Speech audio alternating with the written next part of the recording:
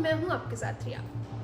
छत्तीसगढ़ में किसानों और स्थानीय प्रशासन पर इस समय दोहरी मार पड़ रही है। जहां एक तरफ धान खरीदी शुरू होने से पहले ही ऑनलाइन सिस्टम ठप और ऑपरेटर्स हड़ताल पर है, वहीं दूसरी तरफ ग्राम पंचायतों से उनके निर्माण कार्य करने का अधिकार छीना जा रहा है। लाखों किसान जहां टोकन न कटने से परेशान है, वहीं सरपंच शौचालय निर्माण का काम ठेकेदारों को दिए जाने पर उग्र आंदोलन की चेतावनी दे रहे हैं। ये दोनों खबरें प्रशासनिक लापरवाही और सिस्टम की खामियों को उजागर करती हैं।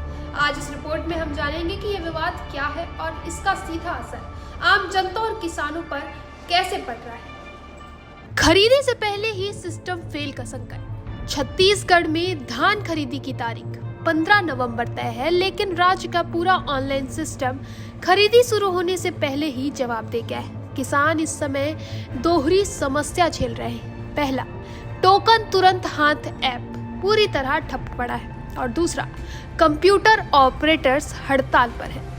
धान बेचने के लिए किसानों को पहले पोर्टल पर पंजीयन करना होता है, जिसके बाद ऐप से टोकन मिलता है, लेकिन इस वक्त दोनों ही काम नहीं हो पा रहे हैं।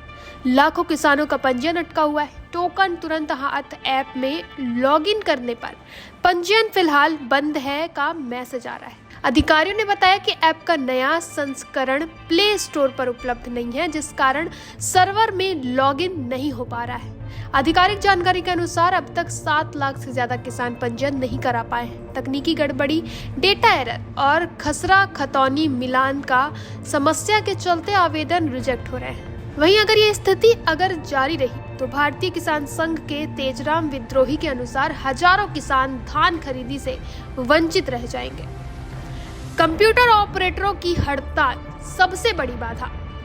इस संकट को और गहरा कर दिया है प्रदेश भर में कंप्यूटर ऑपरेटर्स की हड़ताल ने। अपनी वेतन वृद्धि, नियमितीकरण और 4 सूत्रीय मांगों को लेकर ऑपरेटर आंदोलन कर रहे हैं। ऑपरेटरों का साफ कहना है कि अगर सरकार ने उनकी मांगों पर ध्यान नहीं दिया तो वे 19 नवंबर को सामूहिक इस्तीफा सौंप देंगे। यह कोई नई स्थिति नहीं है। अगस्त में जब पंजीयन शुरू हुआ था तब भी ऑपरेटरों की हड़ताल से काम ठप पड़ा था।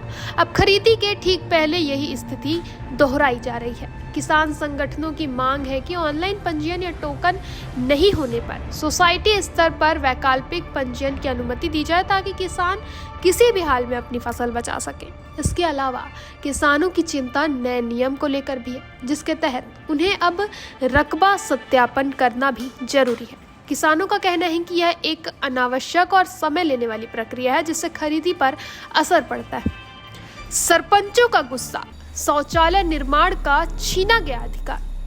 अब बात करते हैं दूसरे बड़े विवाद की, जो स्थानीय प्रशासन और अधिकारियों के हनन से जुड़ा है।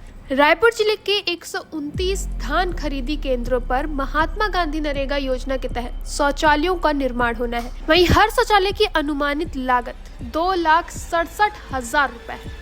नियमानुसार 20 लाख रुपए तक के निर्माण कार्यों के लिए ग्राम पंचायतों को ही कार्य एजेंसी बनाया जाता है, ताकि पंचायतों को मजबूती मिले। लेकिन प्रशासन ने इस बार यह काम ग्राम पंचायतों को ना सौंपकर सीधे ग्रामीण यांत्रिका सेवा संभाग यानी कि RES रायपुर को कार्य एजेंसी नियुक्त कर दिया, जिसने इसे टेंडर प्रक्रिया के माध्यम से ठेकेदारों को आवंटित कर दिया गया है। तानाशाही का आरोप और आंदोलन की चेतावनी। वहीं प्रशासन के इस फैसले से ग्राम पंचायतों के सरपंचों में भारी आक्रोश है। सरपंचों का कहना है कि 20 लाख रुपए तक के कार्य का अधिकार उनसे छीना जा रहा है, जबकि पूर्ववर्ती सरकार ने इस सीमा को 50 लाख करने की घोषणा की थी। तिल्दा जनपद पंचायत के सरपंच ने इसे प्रशासनिक तानाशाही करार दिया है। वहीं उन्होंने साफ चेतावनी दी है कि प्रशासन इस आदेश को तत्काल वापस ले और निर्माण एजेंसी पंचायतों को बनाए।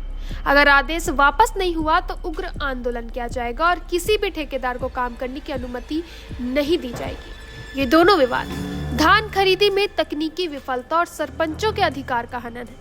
एक ही बात की ओर इशारा करते हैं, प्रशासनिक स्तर पर चल रही अव्यवस्था और असंवेदनशीलता, जिसका सीधा खामियाजा छत्तीसगढ़ के किसान और ग्रामीण नेतृत्व भुगत रहे हैं। तो आपने देखा, छत्तीसगढ़ में 15 नवंबर से शुरू होने वाली धान खरीदी इस वक्त दोहरी चुनौती से जूझ रही है। एक तरफ 7 लाख किसानों का पंजीयन अटका है क्योंकि टोकन तुरंत हाथ ऐप ठप है और ऑपरेटर्स हड़ताल पर है। अगर जल्द ही वैकल्पिक व्यवस्था नहीं हुई तो बड़ा किसान आंदोलन भी हो सकता है। और दूसरी तरफ सरपंचों के 2.67 लाख के छोटे से काम को भी ठेकेदारों को दिए जाने से स्थानीय स्वशासन के अधिकारों पर सवाल उठे। प्रशासन को चाहिए कि वह समय रहते इन दोनों समस्याओं का समाधान करे, किसानों के लिए ऑफलाइन पंजीयन की सुविधा दे और सरपंचों के अधिकारों का सम्मान करे। इस पूरी घटनाक्रम पर हमारी नजर बने रहेगी। तब तक के लिए बने रहे निशानेबाज पर।